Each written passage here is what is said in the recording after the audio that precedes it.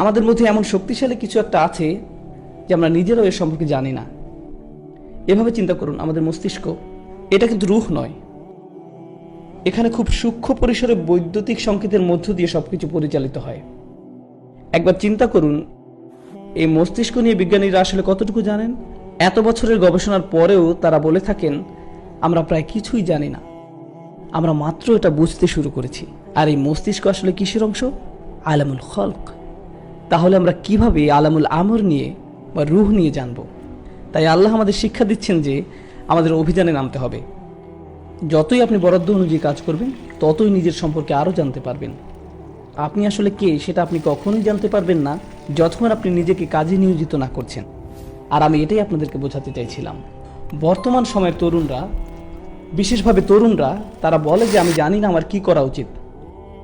উস্তাদ আমাকে বলুন আমার কি করা উচিত, আমি কোন বিষয়ে পড়ব,